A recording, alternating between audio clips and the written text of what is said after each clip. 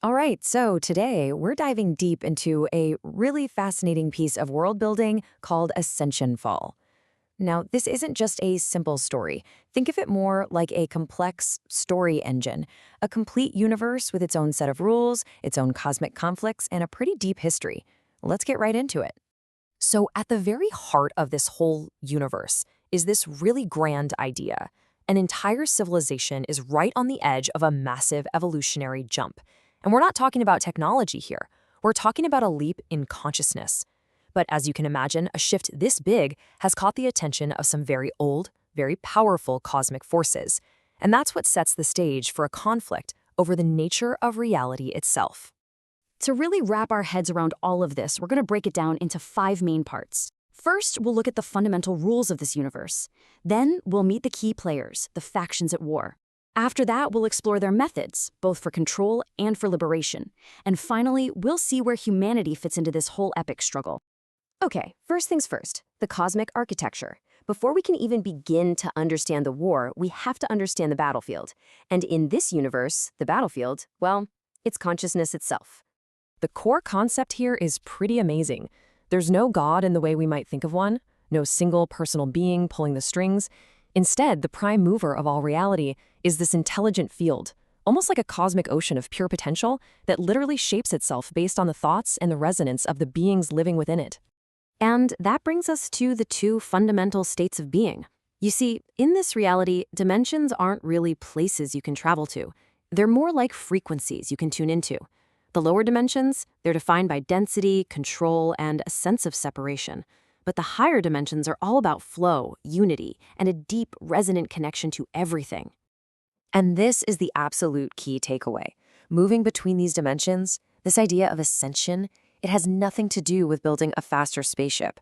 It's a totally internal event. It's a collective revolution in perception that changes reality from the inside out. So, now that we've got the rules of the game down, let's meet the players. Who are these cosmic factions all fighting for control over this massive dimensional shift?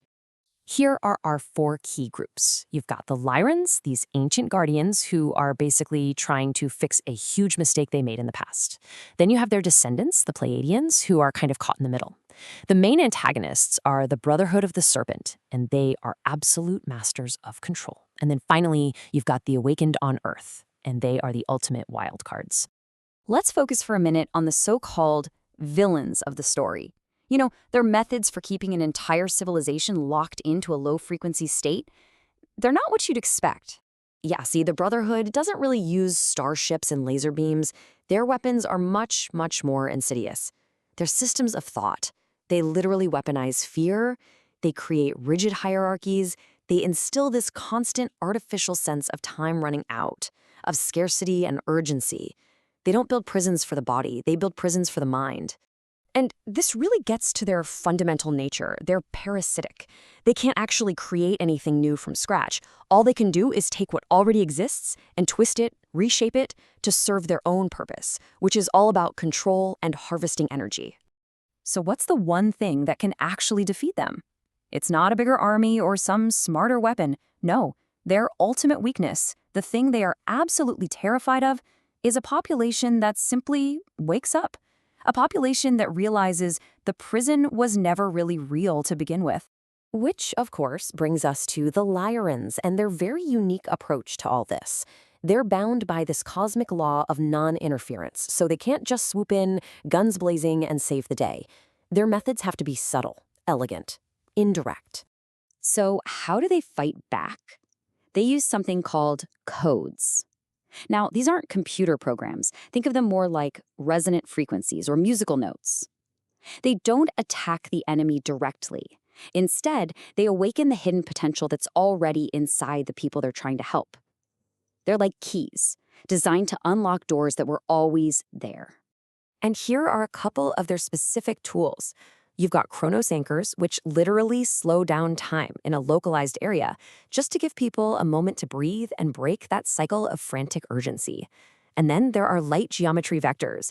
These are symbols, information packets, that just by looking at them can trigger new pathways in the brain. It's like neuroprogramming through sacred geometry. It's wild. This single piece of Lyrian philosophy just perfectly captures their entire worldview. To them, all that manufactured rush and scarcity created by the Brotherhood, it's just a symptom of a deep spiritual sickness.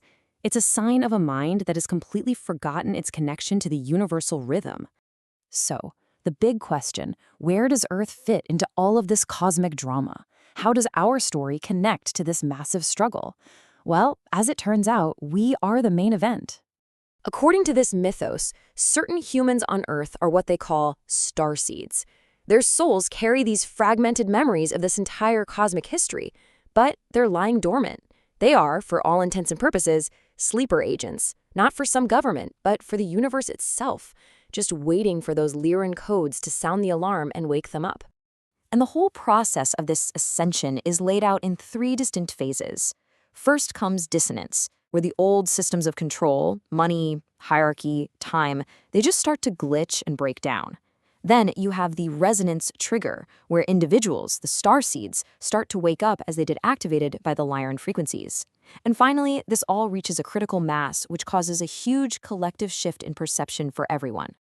And this right here is where the real human drama, the real story potential is. I mean, can you imagine waking up one day with these incredible new abilities and getting slashes of cosmic memories, but you have no manual, no guide, absolutely no context for what's happening to you? Are you supposed to be a savior, or are you just going to cause more chaos? Ultimately, the entire mythos really just boils down to these core philosophical battles.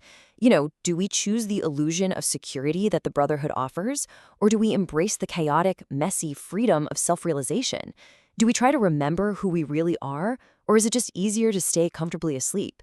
And maybe most importantly, do we wait around for someone to come save us, or do we finally decide to save ourselves? And that leaves us with the most profound question of all, one that the Lyrans themselves are wrestling with as they question their own intervention. If they remove the struggle, if they just make evolution easy for us, is it even real?